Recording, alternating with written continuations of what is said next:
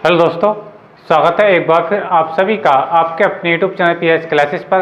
तो दोस्तों, आज के इस वीडियो लेक्चर में हम पढ़ने वाले हैं एक कक्षा 12 विषय भौतिक विज्ञान एनसीईआरटी के बहुत ही महत्वपूर्ण टॉपिक को, जिसका नाम है चौक कॉइल अर्थात चौक कुंडली। जी हाँ, ये क्वेश्चन आपसे एग्जाम में 5 नंबर में विद डायग्राम के पूछा जाता है स्टूडेंट, ठीक है। और इस बात को मैं बताता चलूँ स्टूडेंट कि जब जब भी ये क्वेश्चन एग्जाम में आपसे पूछा गया है, इसके साथ आपसे बार्टियन धारा की परिभाषा भी जरूर पूछी गई है।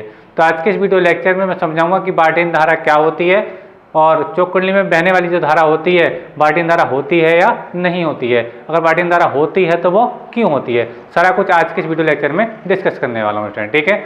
तो आइए बिना किसी देरी के शुरू करते हैं अपने लेक्चर को और समझते हैं क्या है आज का लेक्चर। तो स्टूडेंट, सबसे पहले जैसे चौक कुंडली का जो डायग्राम है समय बचाने के लिए मैंने स्क्रीन पर पहले ही बना करके रखा है स्टूडेंट, ठीक है। तो अब मैं समझाता हूँ कि चौक कुंडली होती क्या है, ठीक है। तो देखिए, चौक कुंडली स्टैंड एक ऐसी युक्ति होती है, चौक कुंडली एक ऐसी युक्ति होती है जो किसी प्रत्यावर्ती धारा परिपथ में, ठीक है, बिना वैद्युत ऊर्जा ह्रास के, यानी कोई भी ऊर्जा खर्च किए बिना, है ना, धारा की प्रबलता को कम कर देती है। आगे क्वेश्चन में आ रहा होगा, एक बार फिर से रिपीट कर रहा हूँ।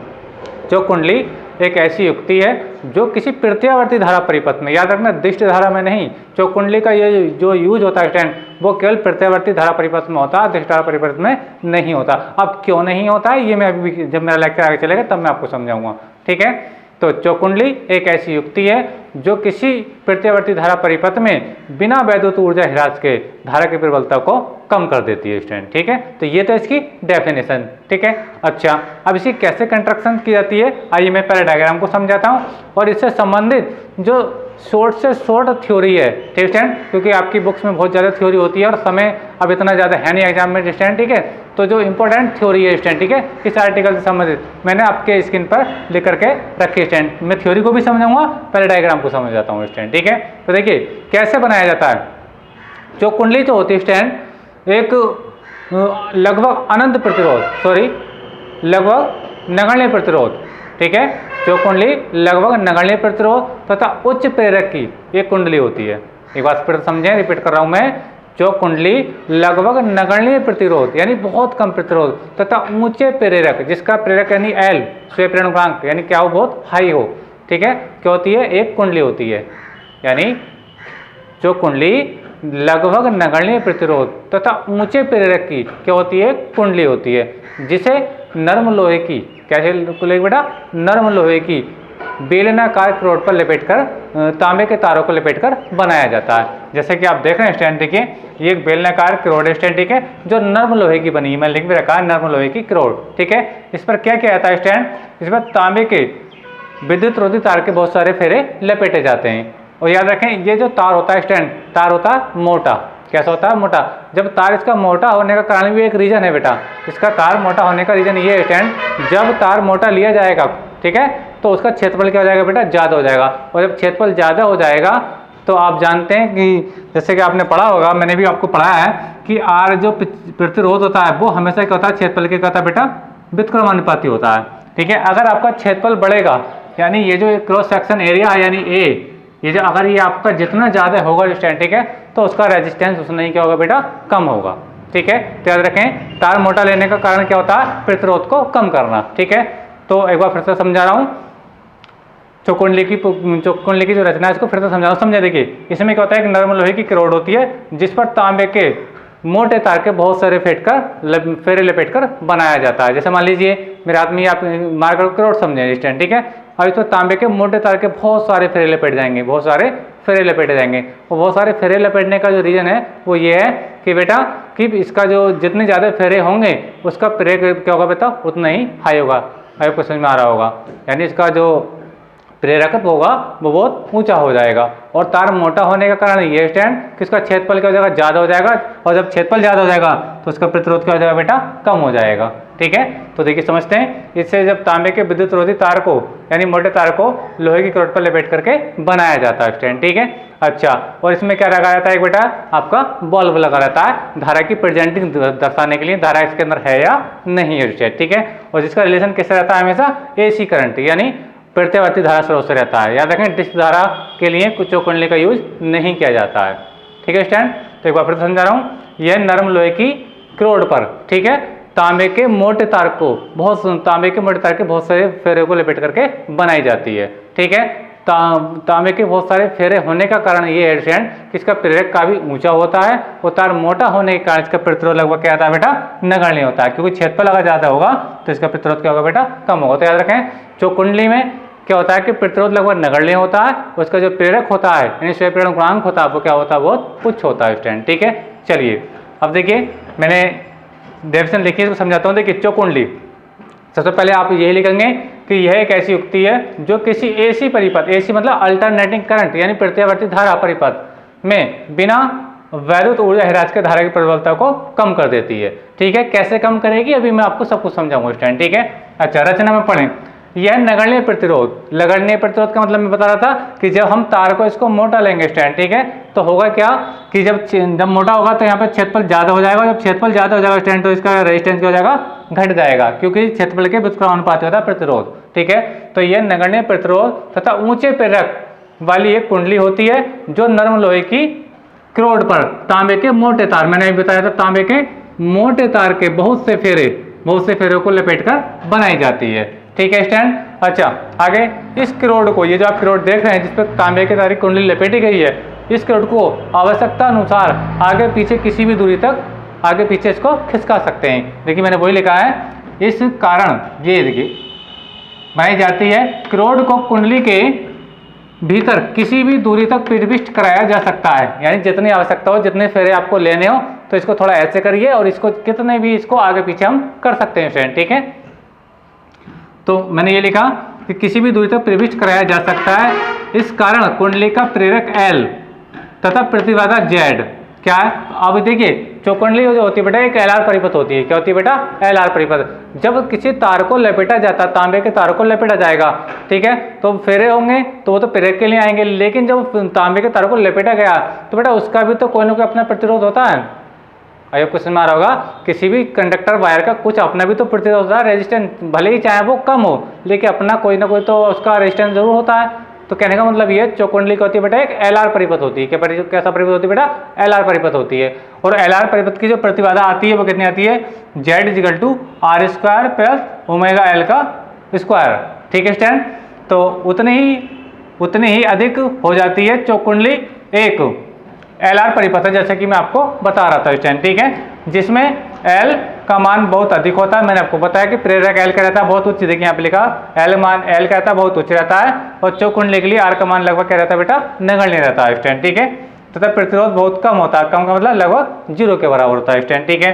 अच्छा LR परिपथ में औसत शक्ति स्टैंड, ये फार्मूला मैंने आपको अपने इससे पिछले वीडियो लेक्चर में पढ़ाया था स्टैंड, ठीक है। यानी आपको बार्टिन धारा को अगर मीनिंग रियल में समझना है, चौकुंडली की धारा को बार्टिन धारा क्यों कहते हैं इसको समझना है, तो बेटा जो इससे मेरा पिछले वीडियो जो लेक्चर था आपको उसको समझना पड़ेगा, क्योंकि उससे पिछले वीडियो लेक्चर में ही मैंने इस डायग्राम को प्रूव कराया था कि किसी प्रत्यावर्ती धारा परिपथ में औसत शक्ति क्षय का व्यंजक कितना आता है उसे कैसे ज्ञात किया जाता है, ठीक है। और वहाँ पे सबको मैंने मीनिंग भी समझाया था। तो मैंने पिछले वीडियो लेक्चर में ये डायग्राम आपको सिद्ध कराया था, किसी प्रत्यावर्ती धारा परिपथ में औसत शक्ति क्षय का जो सूत्र आता है वो ये आता है, P के ऊपर बार है, बार का मतलब औसत, ठीक है, BRMS × IRMS और ये cos फाई, जहाँ cos फाई क्या बेटा आपका शक्ति गुणांक है, ये मैंने आपको कल परिभाषित भी किया था स्टूडेंट, ठीक है। अच्छा अब cos फाई के लिए, cos फाई मैंने ये कल आपको पढ़ाया था, cos फाई = होता है R/Z, और इसकी मैंने कल परिभाषा भी बताई थी कि शक्ति गुणांक की परिभाषा क्या होती है, परिपथ के प्रतिरोध R तथा परिपथ की प्रतिबाधा Z के अनुपात को परिपथ का क्या कहते हैं बेटा, शक्ति गुणांक कहते हैं, इसे cos फाई से प्रदर्शित करते हैं, ठीक है। अब चलते हैं इसमें, देखिए तो cos फाई क्या होता है बेटा, R/Z होता है, तो R तो देखिए आप सेम रखा है, लेकिन Z का मान क्या होता है LR परिपथ में R² प्लस ओमेगा L का होल स्क्वायर, देखिए यहाँ पर रख दिया। अब देखिए चौकुंडली के लिए R का मान क्या लगभग नगण्य है, R का मान क्या रखेंगे बेटा, 0 के को रखेंगे, कितना रखेंगे बेटा 0, ठीक है। और L क्या होता है, बहुत उच्च होता है, यानी जब मैं यहाँ पे 0 रखूंगा, मान लीजिए मैंने यहाँ 0 रख दिया R की जगह, ठीक है। अब नीचे पे जब बेटा कोई भी वैल्यू है, ठीक है, लेकिन ऊपर क्या है बेटा 0 है, और हम जानते हैं कि जब 0 को किसी भी नंबर से भाग करते हैं तो क्या आता है, हमेशा 0 आता है। यानी कहने का मतलब ये है कि cos फाई का मान जब मैं R का मान 0 रखूंगा, ठीक है, जब R 0 रखूंगा तो यहाँ भी 0 हो जाएगा, लेकिन ओमेगा L का मान जो भी होगा, लेकिन 0 को भाग होगी डिस्टेंस, ठीक है, तो आपको क्या आएगा, cos फाई का मान क्या आएगा, 0 ही आएगा, क्या आएगा बेटा 0 ही आएगा, ठीक है। तो अब देखिए बाल्टीन धारा को समझें। बाल्टीन धारा क्या है, देखिए बाल्टीन धारा ये बहुत इंपॉर्टेंट टॉपिक है और ये 1 नंबर में पूछ लिया था कभी कभी, जब 5 नंबर क्वेश्चन आता है चौकुंडली वाला तो बेटा ये डेफिनेशन आपसे जरूर पूछी जाती है।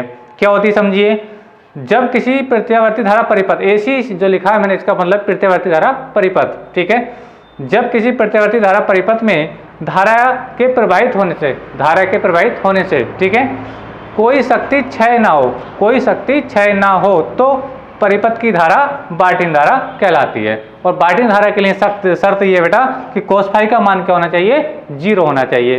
और देखिए बेटा जब हम कोस फाई का मान 0 रखेंगे, यहाँ पे देखिए फार्मूला देखिए मैं आपको लिख करके समझाता हूँ। देखिए मैंने आपको समझाया कि चौकुंडली क्या है, एक एलआर परिपथ है। चौकुंडली क्या है बेटा, एक एलआर परिपथ है और एलआर परिपथ की शक्ति का सूत्र मैंने ये लिखाया है। मैं इसको यहाँ पे देखिए यहाँ पे समझाने का प्रयास करता हूँ। पी बार और ये आपका बेटा B R M S into I R M S और ये क्या बेटा कोस फाई, क्या ये कोस फाई। और कोस फाई का भी मान मैंने बताया कि जब आर का मान 0 रखेंगे, ठीक है, तो आपका जो कोस फाई आएगा निकल के वो कितना आएगा, 0 आएगा। यानी कोस फाई का मान जब 0 आएगा स्टैंड तो मैं यहाँ क्या लिखूंगा, 0 लिखूंगा। यानी कोस फाई यानी पूरे का फाई का मान 0 नहीं है, कोस फाई का मान 0। यहाँ पे इस बात को समझना, ठीक है, एंगल 0 नहीं है, पूरा अनुपात 0 है, ठीक है। कोस फाई की जगह मैं क्या लिख रहा हूँ, क्या लिख रहा हूँ, 0। देखिए बी आर एम एस आ गया, आई आर एम सी आ गया, कोस फाई क्या आ गया बेटा, 0 आ गया। तो P बराबर जो होगा स्टैंड क्या आ गया आपका, 0 आ गया।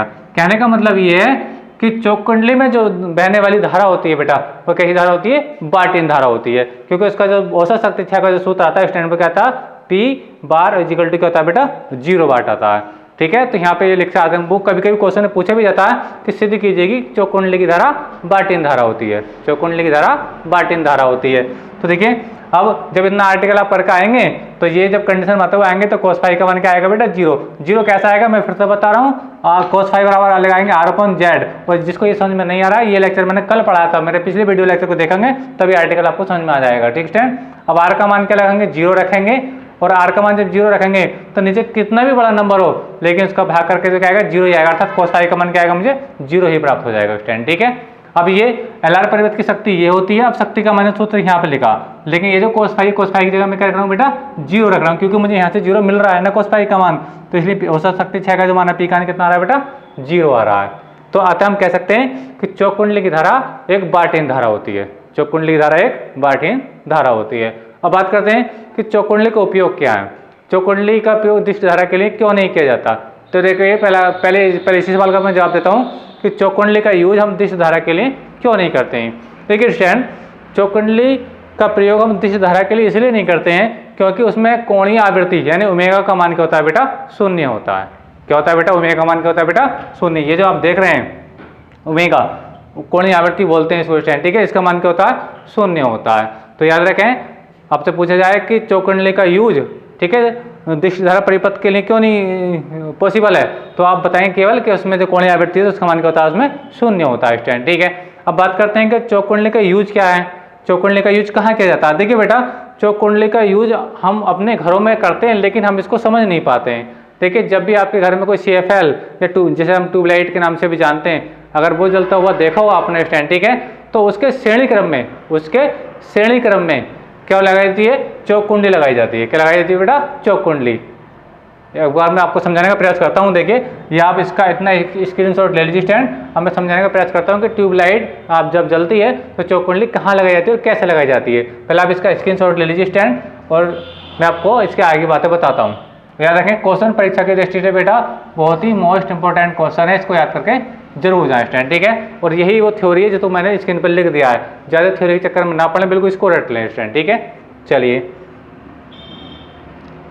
तो यहाँ लिख के आएंगे, पहले ये भी लिख लें, अतः चौकुंडली की धारा, चौक कुंडली की धारा बाल्टहीन धारा होती है, बाल्टहीन धारा होती है। तो ये है आपकी चौकुंडली में आपसे पूछा है कि सिद्ध कीजिए कि चौकुंडली की धारा बाल्टहीन धारा होती है। तो इतना कुछ करने के आने के बाद जब यहाँ पर P बार का मान जब 0 आएगा तो लिखेंगे अतः चौकुंडली की धारा एक बाल्टहीन धारा होती है। और केवल बाल्टहीन धारा की परिभाषा पूछी जाए तो आप लिखेंगे जब किसी प्रत्यावर्ती धारा परिपथ में धारा के प्रवाहित होने से कोई शक्ति क्षय ना हो तो परिपथ की धारा बार्टिन धारा कहलाती है, जो मैंने आपकी स्क्रीन पर लिख दी है। और बार्टिन धारा के लिए जो मोस्ट इंपोर्टेंट शर्त है वो क्या है बेटा, जो पावर फैक्टर है यानी शक्ति गुणांक है उसका मान क्या होना चाहिए बेटा, 0 होना चाहिए। ठीक है स्टैंड। चलिए अब मैं बात कर रहा था कि अपने घरों में जो CFL या ट्यूबलाइट यूज होती है तो चौक कुंडली कहाँ लगाई जाती है ना। चलिए मैं समझाता हूँ आपको। देखिए अब देखिए इसका स्क्रीनशॉट आप ले चुके होंगे, मैं थोड़ा यहीं पे इसको समझा दूंगा। चलिए मैं यहाँ पे इसको समझा देता हूँ। देखिए मान लीजिए स्टैंड की ये आपकी ट्यूबलाइट है कोई, क्या ये आपकी बेटा ट्यूबलाइट। मान लीजिए इसको यहाँ से करंट मिल रहा है, यहाँ से क्या मिल रहा है बेटा, करंट मिल रहा है स्टैंड। ठीक है। अब देखिए स्टैंड होता क्या है, जब ये यहाँ पे ये आपको एनर्जी, सॉरी मैं AC की बात कर रहा हूँ, AC करंट की बात कर रहा हूँ स्टैंड। ठीक है, क्योंकि चौक कुंडली का यूज होता है हमेशा AC के लिए पॉसिबल है स्टैंड। ठीक है। तो होता क्या है बेटा, इसके श्रेणी क्रम में, इसके श्रेणी क्रम में मैं थोड़ा सही रखकर डायग्राम बनाता हूँ ताकि आपको कोई दिक्कत ना आए। ये ध्यान से समझिए बेटा। देखिए ये क्या है, यही क्या होती है बेटा, ये जो करोड़ आप देख रहे हैं, ये जो करोड़ है आपको वो करोड़ बेटा, ये है पटलित 2 करोड़ डिस्टेंस। ठीक है। और ये जो तांबे के बहुत सारे फेरे देख रहे हैं, ठीक है, वो ये हैं। तो इसी जो पार्टिकल को, इसी को जो बोलते हैं बेटा, ये जो देख रहे हैं यही क्या बेटा आपकी चौक कुंडली है। लेकिन ये जो चौक कुंडली आपको स्पष्ट दिखाई नहीं देती है, ये जहाँ पे होल्डर होता है उसके जस्ट बराबर में लगी होती है स्टैंड। ठीक है, यानी आपको बाहर से देखने में नहीं लगती। ठीक है, इसके जब अंदर की अगर कभी खोलने का आपको मौका मिले तो आपको देखोगे तो ये इस कंडीशन आपको देखने को मिलेगी। यानी हमेशा CFL के श्रेणी क्रम में या मरकरी के श्रेणी क्रम में, ट्यूबलाइट के श्रेणी क्रम में एक ऊंचे प्रेरक की और नगण्य प्रतिरोध की एक कॉइल लगी होती है वो। ठीक है, जिसमें तांबे के तार के फेरे लपेट होते हैं, जिसको हम क्या बोलते हैं बेटा, चौक कुंडली बोलते हैं। इसका मेन काम केवल यही है, अगर यहाँ से बहुत हाई करंट आए तो ये कुंडली क्या करती है, इसको बेटा नियंत्रित कर देती है। क्या करती है बेटा, और जिससे जब नियंत्रित करेगी तो ये अपनी फ्यूज होने से बच जाएगी। अर्थात अगर हाई वोल्टेज के अंदर आएंगे तो हाई वोल्टेज में कौन खा जाएगा, ये चौक कुंडली यहाँ पे यहीं पे खा जाएगी, जिससे आपकी ट्यूबलाइट बिल्कुल सेफ बची रहेगी। ठीक है, तो याद रखें इसका जो यूज है कहाँ होता है, मरकरी, CFL और ट्यूबलाइट वगैरह जैसे मैंने आपको बताया। याद रखें चौक कुंडली का यूज बेटा कभी भी दृष्टि धारा के लिए पॉसिबल नहीं है। स्टैंड।